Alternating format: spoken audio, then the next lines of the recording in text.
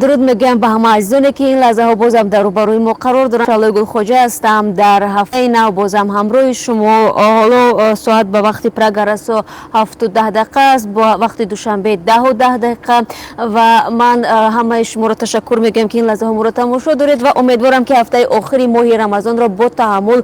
پشت سر دارید و آماده اید که خبرهای آخرین را از رادیو آزادی بشنوید. خب شروع میکنیم از اون که اخیراً در جمهوری چین نشستی سران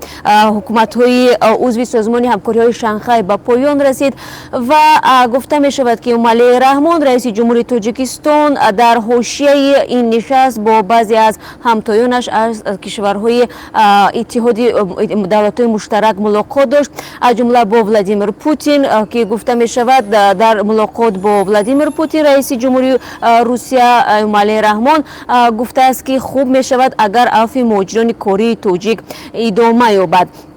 باید گفت که مقامات روسیه ماه اپریل سال گذشته به مهاجران کره توجیک غیر قانونی در قلمرو این کشور کار میکردند اجازه دادند که در مدت یک ماه سندهایشان را قانونی کنند و به گفته مقامات در این مدت بیشتر از 100,000 مهاجر کره توجیک امکان یافتند که فعالیت خود را در روسیه قانونی به راه مانند. همچنین امالی رحمان جنجال خطرناک در مرز تاجیکستان و قرقیزستان و بازداشت و لطوکوبی 3 سربازان توجیک را با همتای قرقیزش سورونبای جنگبکوف بررسی کرده است. با گفته دفتر مطبوعات ریاست جمهوری برای حل هر چیز زودتری مسئله های مربوط به سرحدی دولتی پیشنهاد کرده شده از طرف دو جانب که سازشنامه درباره سرحدی دولتی و سازشنامه بین حکومتی اوید به منع فعالیت خوجه‌گیری در مسیر خطی سرحدی دولتی تاجیکستان و قرقیزستان تا آخری انجام مرحله معین و جدا کردن خط سرحد به امضا رسد. خب یادآور میشوم که در پی یک مناقشه در مرز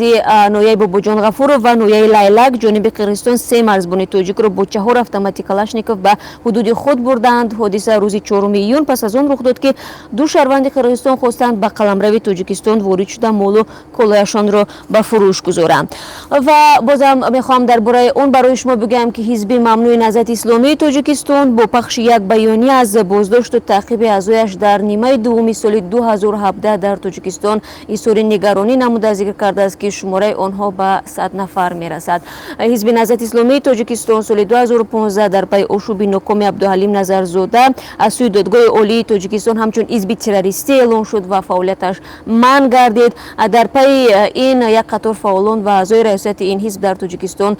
بازداشت شدند. حالا حزب نهضت اسلامی تاجیکستان میگوید هنوز در سال 2015 رهبریت این حزب اعلان داشته بود که فعالیت خود را در داخل کشور قطع کرده است و کسی حق ندارد که از نام حزب فعالیت کنند. و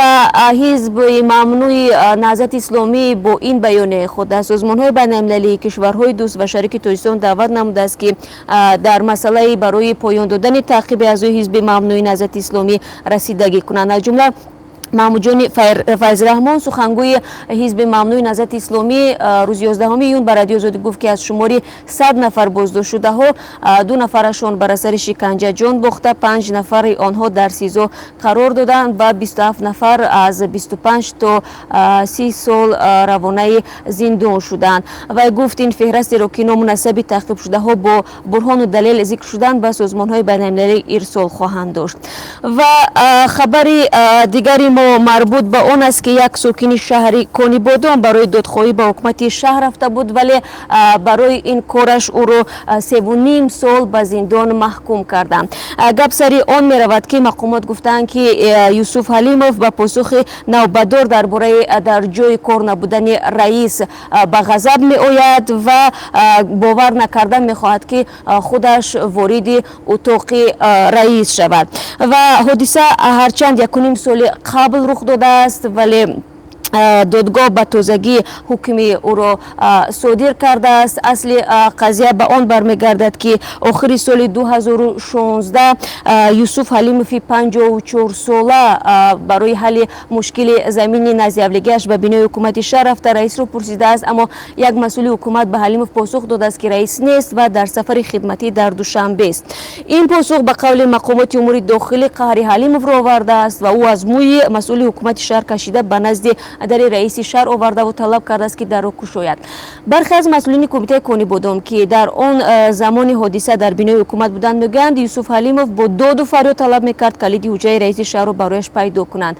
мақомот дар ҳоли Юсуф Алимовро ба озори масъули ҳукумати Конибодом гунаҳгор мекунанд ки худи ӯ дар мурофиаи додгоҳи ин иттиҳомро рад кардааст. дар ҳукми додгоҳ ки нусхааш ба дасти радиои Озодӣ ахиран расид гуфта мешавад, Юсуф Алимов дар додгоҳ гуфтааст ки танҳо барои ҳалли мушкилаш ба назди раиси шаҳр омад ва касеро озор надодааст ва ӯ гуфтааст ки 2 бор қабл аз ин ба назди раис омадааст ва ӯро пайдо накардааст ва аз инро ғазабаш омадааст ва ба қавли Юсуф Алимов аз надоштани замин назди авлигӣ шароити зиндагиаш хуб набуд ва мехост ки раиси шаҳр ба ӯ кӯмак кунад ва билохира акнун ӯ 3.5 солашро дар зиндон сипарӣ хоҳад кард. ва як хабари дигар ин аст ки дар вилояти Хатлон муҳокима як муфаттиши идома дорад ки ба сӯистифода аз мақом ва марги як муттаҳам ба ҷиноят гунаҳгор дониста мешавад. Маҳмадлои Диев, корманди шуъбаи мубориза бо фурӯши ғайриқонунии маводи мухаддири ноҳияи Дӯстиро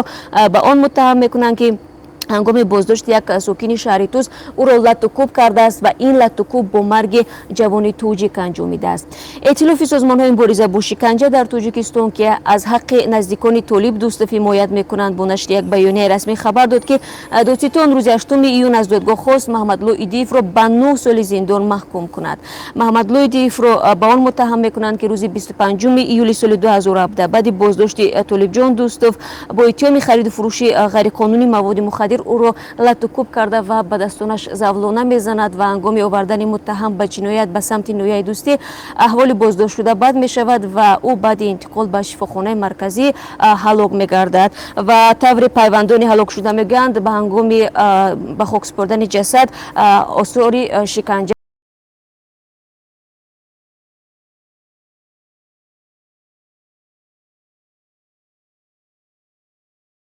баъд аз 3 соат дигар дар муаррифии сархати хабарҳои муҳими рӯз мунтазирам.